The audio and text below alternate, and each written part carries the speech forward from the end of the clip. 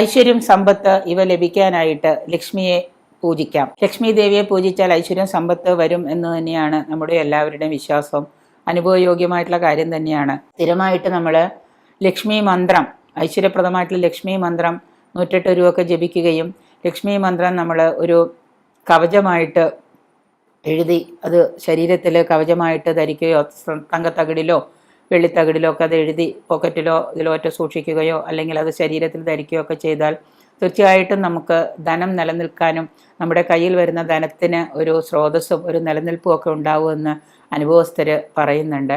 അപ്പോൾ അങ്ങനെ ഒരു കാര്യമുള്ളത് കൊണ്ട് തന്നെ നമുക്ക് ഐശ്വര്യ സമ്പത്ത് ലഭിക്കാനായിട്ട് ലക്ഷ്മിയെ പൂജിക്കാം. എങ്ങനെയാണെന്ന് വെച്ച് കഴിഞ്ഞാൽ ഐശ്വര്യ പൂജ അല്ലെങ്കിൽ അഥവാ ലക്ഷ്മി നാരായണ പൂജ അല്ലെങ്കിൽ ലക്ഷ്മി പൂജ എന്ന് പറയുന്നത് ലക്ഷ്മി പ്രീതിക്ക് ഏറ്റവും ഉത്തമമായിട്ടുള്ള ഒരു കാര്യം തന്നെയാണ്.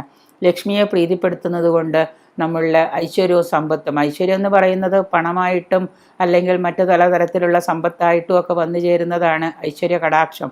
ലക്ഷ്മി ദേവിയുടെ കടാക്ഷം എന്ന് പറയുന്നത് വെറുതെ കുറേ പണം വന്ന് കുന്നുകൂടൽ മാത്രമല്ല, പലതരത്തിലും നമുക്കത് സാധ്യമാകുന്നുണ്ട്. അപ്പോൾ ലക്ഷ്മി പ്രീതിക്ക് ഏറ്റവും ഉത്തമമായിട്ടുള്ളതാണ് ലക്ഷ്മി പൂജ.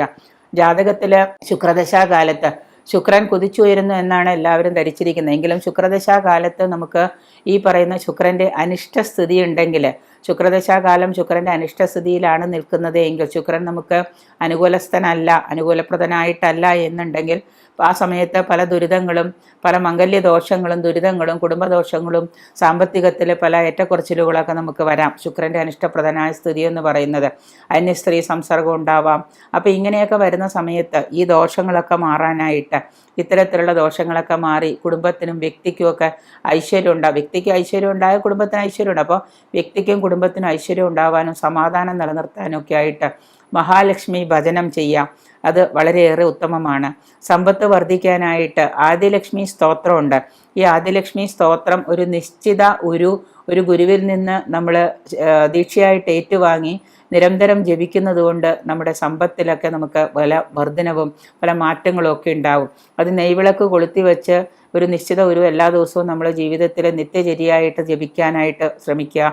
അതൊരു ഗുരുവിൽ നിന്ന് ദീക്ഷയായിട്ട് എടുക്കുക.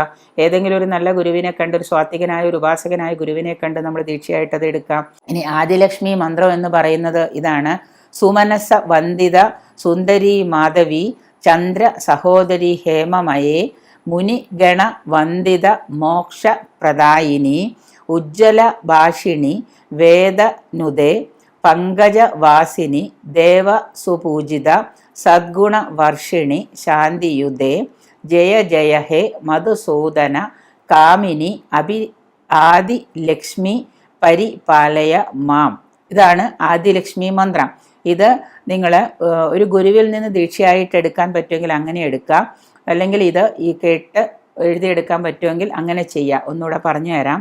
സുമനസ വന്ദിത സുന്ദരി മാധവി ചന്ദ്ര സഹോദരി ഹേമമയേ മുനിഗണ വന്ദിത മോക്ഷപ്രദായിനി ഉജ്ജ്വല ഭാഷിണി വേദനുദേ പങ്കജവാസിനി ദേവസുപൂജിത സദ്ഗുണവർഷിണി ശാന്തിയുദേ ജയ ജയ ഹേ മധുസൂദന കാമിനി ആദിലക്ഷ്മി പരിപാലയ മാം.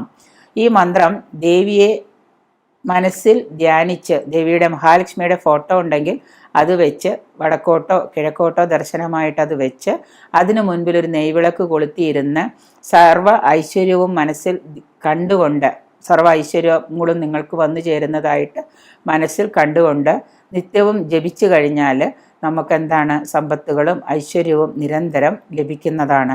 അപ്പം അതുകൊണ്ട് ഇത് പറ്റുന്നതും നല്ല രീതിയിൽ ഒരു ഗുരുവിന് ദീക്ഷയായിട്ട് എടുത്ത് ജപിക്കാനായിട്ട്, നിത്യവും ജപിക്കാനായിട്ട് ശ്രദ്ധിക്കാം.